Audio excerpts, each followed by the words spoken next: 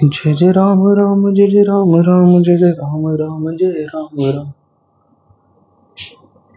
जी मित्रों, नमस्कार। स्वागत है आपका अपने YouTube चैनल कैलकुलेशन अड्डा में।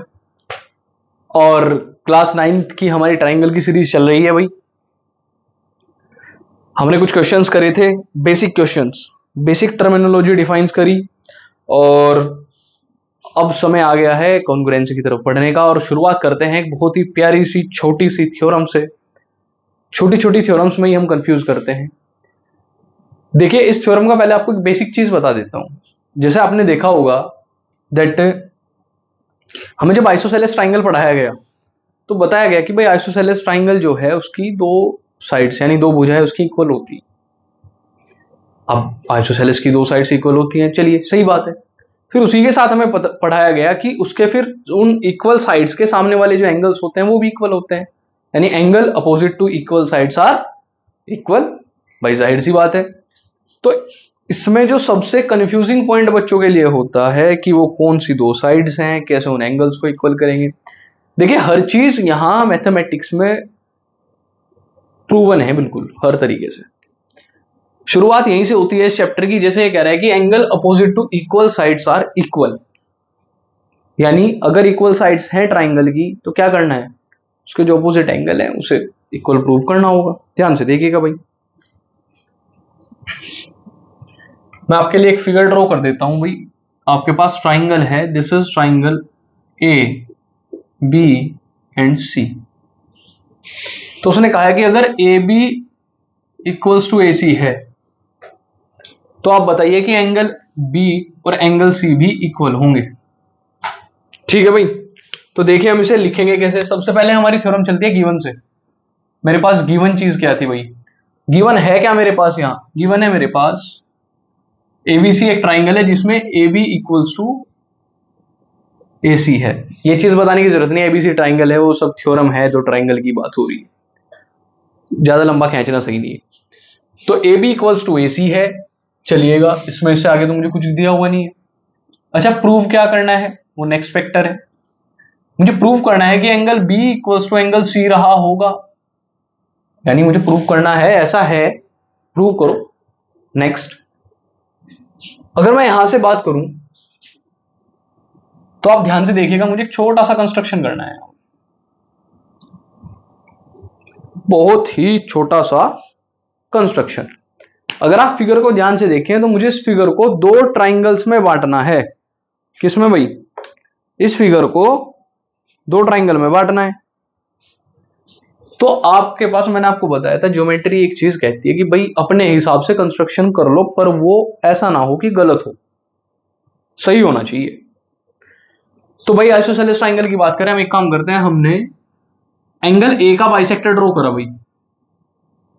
ये एंगल ए का बाइसेक्टर है, यानी यहां एंगल 1 इक्वल्स टू एंगल 2 है। तो मैंने क्या कंस्ट्रक्शन करी भाई इसमें, draw AD angle bisector of angle A. Angle A का बाइसेक्टर ड्रॉ करा हमने एडी। चलिए भाई, अब वेला आई है प्रूफ करने की। अच्छा, ट्राइंगल को जब कॉन्ग्रुएंट प्रूफ करना है ना, और आपके पास तथ्य मौजूद है, तो फिर इधर उधर नहीं देखना ज्यादा, बस सीधा उसे कार्रवाई करो उसके ऊपर एकदम। मेरे कौन कौन से ट्राइंगल मेरे पास है, इन ट्राइंगल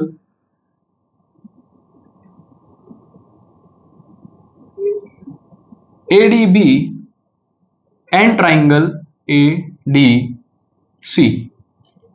ठीक है भाई, मेरे पास क्या क्या चीजें हैं भाई। सबसे पहली चीज मेरे पास है AB इक्वल्स टू AC। ये मुझे क्या है, गिवन। साइड में बताना भी है भाई ये चीजें है क्या। AB इक्वल्स टू AC है, मुझे दे रखा है भाई, गिवन है। उसके बाद मेरा एंगल 1 जो है एंगल 2 के इक्वल है। ये कैसे आया भाई, लिख दो बाय कंस्ट्रक्शन। एंगल बाइसेक्टर वगैरह कुछ नहीं लिखने की जरूरत है, लिख दो बाय कंस्ट्रक्शन, टीचर अपने आप समझेगा। उसके बाद दोनों ट्राइंगल में जो एडी साइड है, मैंने बताया था कि मैक्सिमम काम आपकी कॉमन साइड कर देगी, और एडी इसमें क्या है, कॉमन। तो भाई साहब आप यहां से कहेंगे hence triangle ADB is congruent to, देखिए भाई कॉन्ग्रुएंसी का साइन है, is congruent to triangle ADC और किससे, by side angle side criteria, SAS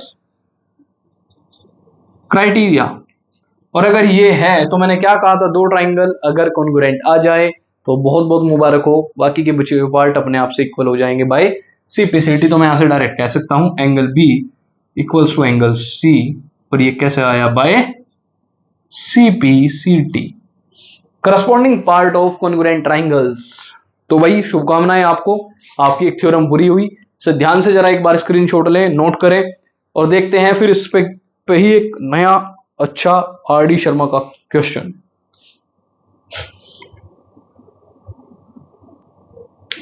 जी मित्रों, पेश है आपके लिए एक दूसरा बहुत ही बढ़िया NCERT एग्जाम्पलर का एक क्वेश्चन। ध्यान से देखिएगा, ABCD एक क्वाड्रिलेटरल है, ABCD इज ए क्वाड्रिलेटरल, और इसने कहा है कि भाई AD और BC इक्वल हैं। मैं लिख लेता हूं भाई, AD और BC इक्वल हैं। दूसरा उसने कहा कि एंगल DAB, एंगल DAB यानी ये वाला एंगल जो है ये CBA के इक्वल है, CBA के इक्वल है। तो इसने मुझे स्टार्टिंग में कहा कि आप ABD और BAC को कॉन्ग्रुएंट प्रूव कर दो। किसे, ABD यानी मुझे इससे इसे ज्वाइन कराना पड़ेगा, पहली चीज। और दूसरा BAC यानी मुझे इससे इसे भी ज्वाइन कराना पड़ेगा, यानी मैंने इस क्वाड्रिलेटरल के डायगोनल्स मैच करा दिए। तो मुझे इसमें कंस्ट्रक्शन क्या लिखना है, बस simple join AC and BD। और इसका प्रूफ देखो भाई जरा, मुझे जो दो ट्राइंगल कॉन्ग्रुएंट प्रूव करने हैं उनके नाम लिखो पहले भाई। In triangle ABD and triangle BAC, ध्यान से देखिएगा भाई साहब एक बार। मेरा पहला ट्राइंगल है ABD यानी ये वाला, मैं डार्क कर रहा हूं भाई इसे, ABD। और मेरा दूसरा ट्राइंगल है BAC यानी BA और C यानी ये वाला। अच्छा, इन दोनों ट्राइंगल्स की एक खास बात है भाई, इनमें एक साइड तो इक्वल आ रही है, यानी ये साइड इसके इक्वल है। ध्यान से देखिएगा भाई। दूसरी चीज, दोनों में ही ये वाली साइड जो है कॉमन है, AB। अगर आपको वैसे भी ना नजर आ रहा हो, यहां देखो भाई, AB जो है दोनों में ही कॉमन है, यानी मेरे पास दो साइड्स तो इक्वल हैं ऑलरेडी। कौन कौन सी भाई, AD और BC वो मुझे पहले ही गिवन है, और दूसरी AB जो है वो कॉमन है, यानी इनके बीच में कोई ना कोई फंसा हुआ एंगल मेरा इक्वल होगा, और वो है, ध्यान से अगर आप देखेंगे मुझे गिवन है DAB, एक तो मेरा एंगल DAB और दूसरा एंगल BAC। पर भाई समस्या एक है, क्या मैं BAC को डायरेक्ट इस्तेमाल कर सकता हूं इसमें, अगर आप ध्यान से देखें। क्यों भाई, क्या मैं इसे डायरेक्ट इसमें यूज कर सकता हूं, यही चीज मुझे इसमें चेक करनी है। तो बस इसमें करना क्या है, जो जो चीज हमें गिवन है ध्यान से लिखो फटाफट। पहली चीज है मेरी AD इक्वल्स टू BC, बहुत ध्यान से समझिएगा भाई, AD इक्वल्स टू BC ये मुझे गिवन है। दूसरा, आप ट्राइंगल में एंगल की बात करो, DAB, angle DAB is equal to angle CBA, ये भी मुझे क्या है भाई, गिवन है। और मेरी AB साइड जो इसमें है, AB equals to AB which is common. Again मैं आपको कह रहा हूं भाई, ये चैप्टर आपका कॉन्ग्रुएंसी का 90% तो कॉमन चीजों पर टिका हुआ है। कॉमन आपको मिला, क्वेश्चन खत्म। यानी मैं इसे डायरेक्टली क्या कह सकता हूं, hence triangle ABD is congruent to triangle BAC। और अगर मैं इतना कह सकता हूं तो किस वजह से कह सकता हूं, bye side angle side criteria. ये लो जी, साइड एंगल साइड क्राइटेरिया से मैं इसे इक्वल कह सकता हूं। और चीज देखिए इसी में, अच्छा अगर मैं इसे इक्वल कह सकता हूं तो क्या BD और AC इक्वल होंगे, ध्यान से देखना भाई, BD और AC इसी ट्राइंगल का पार्ट है, आपको वहां भी देखने की जरूरत नहीं है।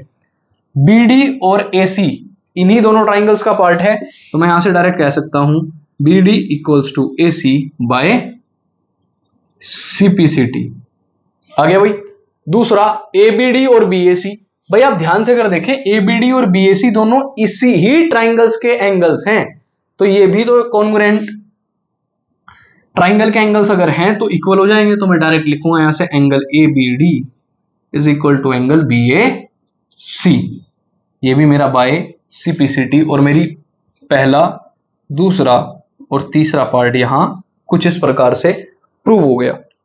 भाई बिल्कुल क्वेश्चन को देख के घबराना नहीं है, जो कंस्ट्रक्शन आप कर सकते हैं करो, आपको क्वेश्चन करना है, हाथ पैर मारने हैं, और आप देखना ये इतने इजी क्वेश्चंस होते हैं ट्रिग्नो से ज्योमेट्री से रिलेटेड कि आपको बस एक बार फिगर को समझना है। आपने फिगर समझी, आपने फिगर के ऊपर थीसिस करी, और आप फिर अपना आराम से उसके ऊपर चीजें लिख सकते हैं। तो आज के लिए आपके लिए एक थ्योरम थी, एक क्वेश्चन था, आप इसका स्क्रीनशॉट लीजिए। और भाई जल्द ही मिलते हैं, यानी कल मिलते हैं अपनी अगली वीडियो में बहुत अच्छे अच्छे क्वेश्चंस के साथ। तो भाई एक्साइटमेंट अपना बरकरार रखना। आरडी शर्मा के क्वेश्चंस डेली बेसिस पर आपको कहीं नहीं मिलेंगे, यानी अगर आप 2 क्वेश्चन डेली करके और 4 क्वेश्चन अपने आप से करते हैं तो 6-7 क्वेश्चन आपके अपने आप होते जा रहे हैं। तो आपको शायद ऐसी सीरीज अभी तक तो कहीं नहीं मिलेगी। तो आप फ्री ऑफ कॉस्ट इस सीरीज का मजा उठाओ, हमें पढ़ाने में मजा आ रहा है, आप पढ़िए, खूब मेहनत कीजिए। तब तक के लिए बहुत बहुत शुभकामनाएं। नमस्कार।